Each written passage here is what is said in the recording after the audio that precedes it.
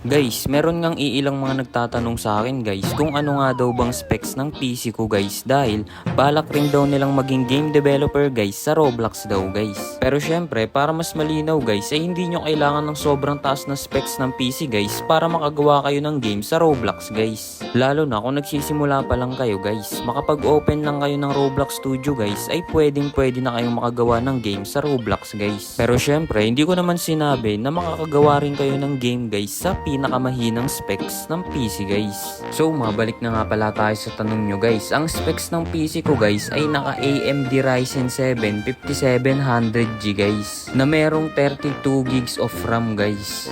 Wala nga rin pala yung GPU guys at naka iGPU lang yan guys. Pero nung nagsisimula pa lang ako makilala guys bilang isang game developer guys ay naka Intel Xeon 8 lang ako guys na merong GPU na RX 580 guys. Meron din ako dito guys na naka Intel Core i5 guys na merong GPU na GTX 750 Ti guys. Halos magkaparehas lang naman sila ng specs guys at hindi nagkakalayo. Ang totoo niyan guys, sobrang baba na ng specs na yan guys. Kaya kung meron kayong mga computer guys at balak nyo rin maging isang game developer tulad ko guys ay huwag na kayong magdalawang isip guys at pwede nyo nang simulan ngayon guys. Trust the process lang talaga guys at dapat consistent kayo sa paggawa nyo guys. Kasi kung sa umpisa pa lang guys ay tatama rin na kayo guys dahil walang naglalaro ng ginawa nyong game guys ay posibleng hindi matuloy yung pinapangarap nyo guys.